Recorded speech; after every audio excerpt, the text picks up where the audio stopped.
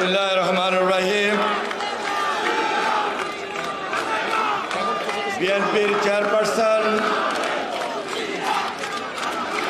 সাবেক প্রধানমন্ত্রী,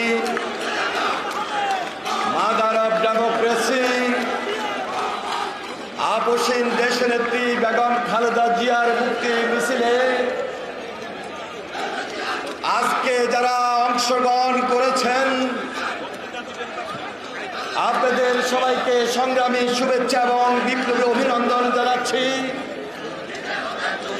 আজকের এই সমাবেশের সংগ্রামী সভাপতি জননেতা মির্জা আব্বাস,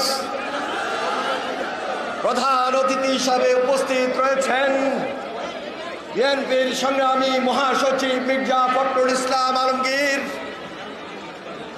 বিএনপির জাতীয় নেতৃবৃন্দ, অঙ্গ সংগঠনের নেতৃবৃন্দ, প্রিয় ভাইয়েরা, আমার প্রিয় ভাইয়েরা,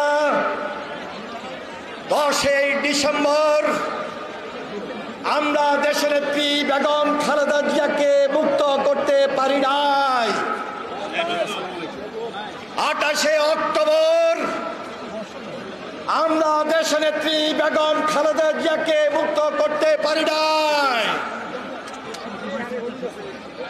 দেশনেত্রী বেগম খালেদা জিয়া যদি মুক্ত থাকতেন, এই বাংলাদেশের বুকের উপর দিয়ে ভারতীয় ট্রেন চলবে, এই চুক্তি বাংলাদেশে হতো না। যদি দেশনেত্রী বেগম খালেদা জিয়া মুক্ত থাকতেন, বাংলাদেশে দুর্নীতি এবং টাকা পাচার হতো না।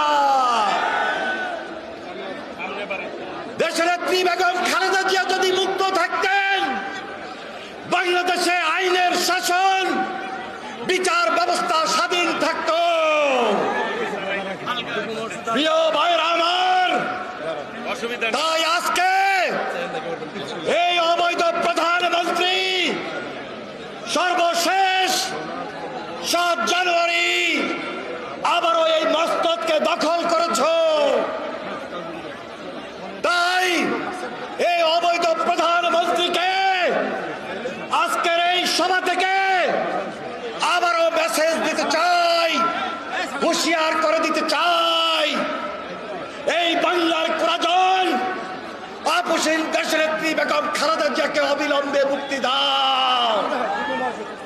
যদি মুক্তি না হয়, এই বাংলাদেশে নতুন যে আন্দোলন শুরু হয়েছে, এই আন্দোলন তোমাকে ক্ষমা করবে না।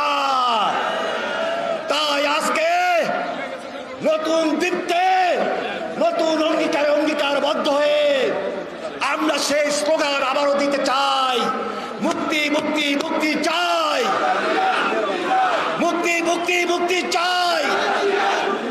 খালেদা জিয়ার সংগ্রাম, গণতন্ত্রের সংগ্রাম, আপসহীনদের সংগ্রাম, তারেক রহমানের সংগ্রাম, তারেক জিয়ার সংগ্রাম, স্বাধীনতার অপর নাম, বাংলাদেশের অপর নাম।